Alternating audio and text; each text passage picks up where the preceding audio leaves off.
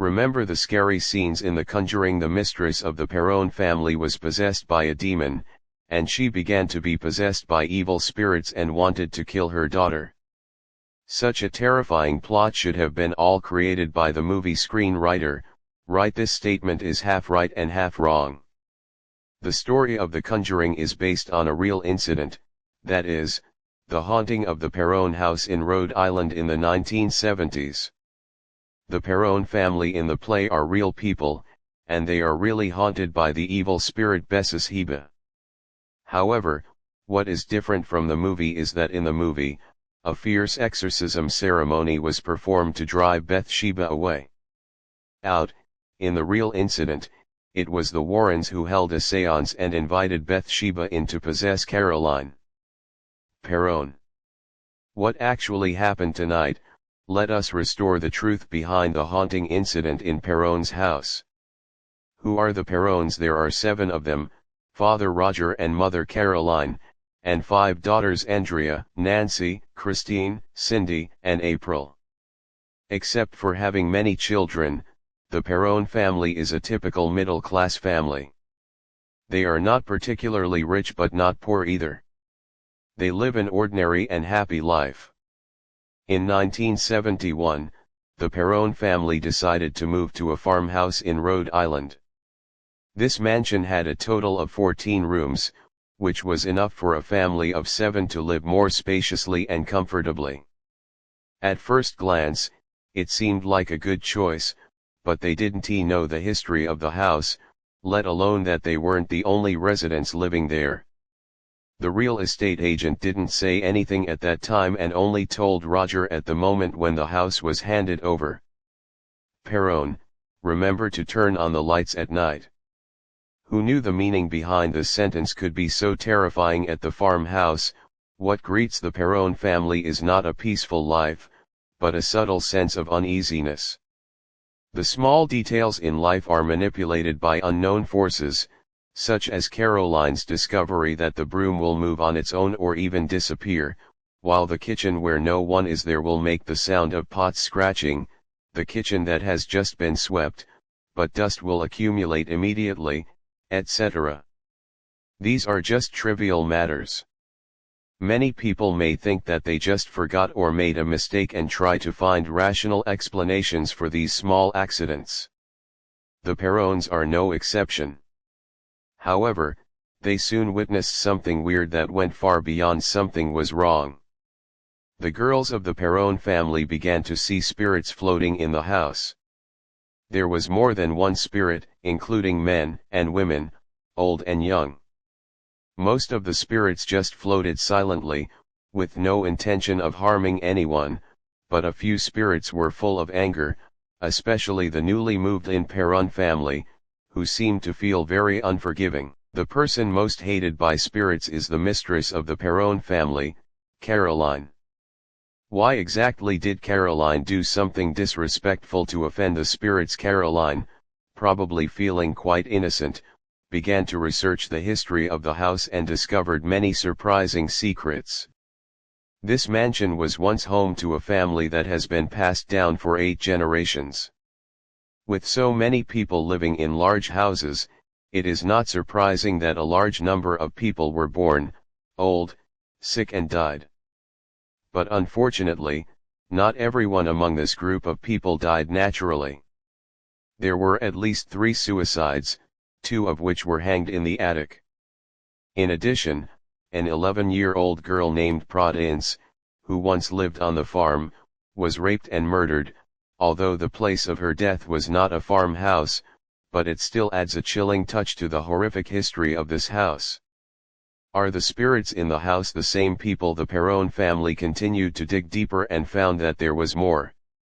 In the 19th century, there was a woman named Bathsheba who lived in a farmhouse. Although she gave birth to 3 children, none of them lived past the age of 7. What caused these children to die prematurely? It is no longer available for examination.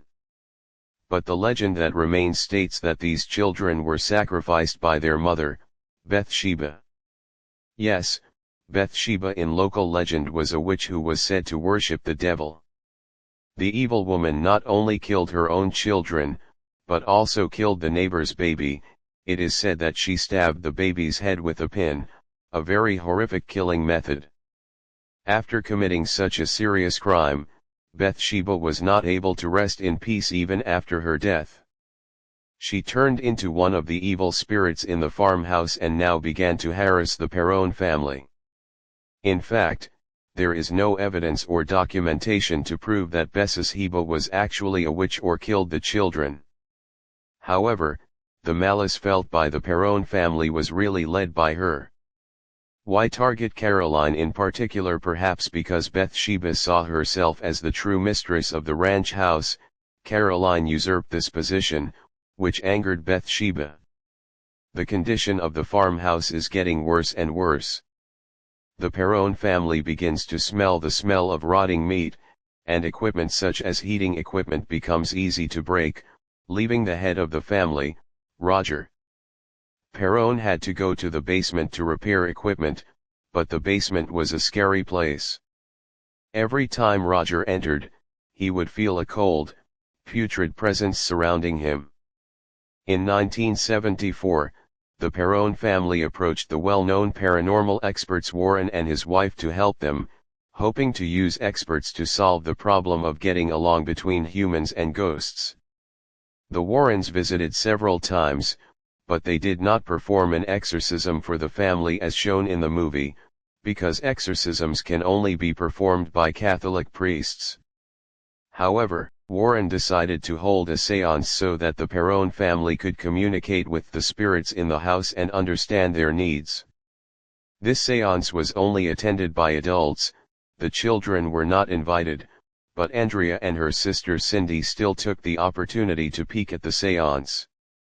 Unexpectedly, this peeping turned out to be the most terrifying night in their lives. During the seance, the medium brought by the Warrens successfully summoned one of the spirits. I don't know if it was Bathsheba, and the spirit actually possessed Caroline, who was present. Caroline was thrown up and down on the spot, thrown into another room, and then hit the ground violently, muttering an unknown language in her mouth. The medium seemed to have lost control and was unable to bring back the spirit body in Caroline. The whole scene was extremely terrifying, not to mention how frightened the two children who were hiding nearby to peek were. After the seance, Caroline suffered as if she had a concussion, and it took her a long time to get over the trauma. Roger Peron decided to invite the Warrens away because he saw his wife's miserable state and was very worried about her mental health. But strangely enough, since this horrific seance, there have been very few haunting incidents in the Peron family. Could it be that Bathsheba had vented her grievances, or what's even scarier, she has successfully replaced Caroline? Judging from the reaction of Peron's family, the possibility of the latter should be very low.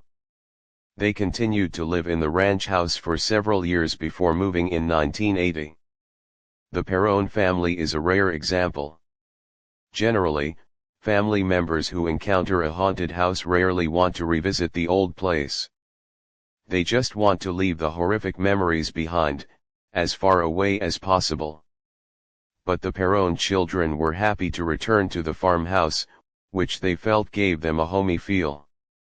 Maybe they found a way to coexist with the spirits, or maybe the spirits really accepted this group of living people and were willing to coexist peacefully with them. The ending is good, everything is good.